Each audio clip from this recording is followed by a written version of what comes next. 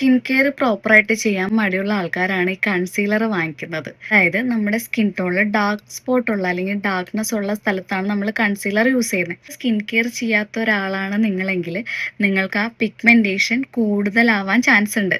അപ്പം നിങ്ങൾ ആദ്യം വാങ്ങിച്ച ഷെയ്ഡ് ചിലപ്പോൾ ലൈറ്റർ ആയിരിക്കും, പിന്നീട് വാങ്ങിക്കുമ്പോൾ അത് ഡാർക്ക് ഷെയ്ഡ് എടുക്കേണ്ട അവസ്ഥയിലേക്ക് വരും. അപ്പോൾ പ്രോപ്പറായിട്ട് സ്കിൻ കെയർ ചെയ്തിട്ട് വേണം നിങ്ങൾ മേക്കപ്പ് പ്രോഡക്റ്റ്സ് യൂസ് ചെയ്യാൻ. കൺസീലേഴ്സ് എന്നോട് ചോദിച്ചിട്ട് ഒരുപാട് പേര് മെസ്സേജ് അയക്കുന്നുണ്ട്. അതുപോലെ തന്നെ ചില ബ്രാൻഡിന്റെ കൺസീലർ യൂസ് ചെയ്തിട്ടുണ്ടെങ്കിൽ നല്ല പിഗ്മെന്റേഷൻ വരാൻ ചാൻസസ് ഉണ്ട്. അപ്പോൾ അത് ഏതൊക്കെ ബ്രാൻഡ് ആണെന്നുള്ള അറിയണമെന്നുണ്ടെങ്കിൽ എനിക്കൊന്ന് മെസ്സേജ് ഇട്ടാൽ മതി. പിന്നെ നിങ്ങൾ യൂസ് ചെയ്യുന്ന പ്രോഡക്റ്റ് ഏതാണെന്നൊന്ന് കമന്റ് ചെയ്തിട്ടുണ്ടെങ്കിൽ ഞാനത് ആ ലിസ്റ്റിലുണ്ടോ ഇല്ലയോ എന്ന് ഞാൻ പറയാം. പക്ഷെ അതിങ്ങനെ പറയാൻ പാടില്ല. ശരിക്കും പറഞ്ഞാൽ ചില ബ്രാൻഡിന്റെ കൺസീലേഴ്സ് റെഗുലർ യൂസ് ചെയ്തിട്ടുണ്ടെങ്കിൽ നമുക്ക് പിഗ്മെന്റേഷൻ വരും.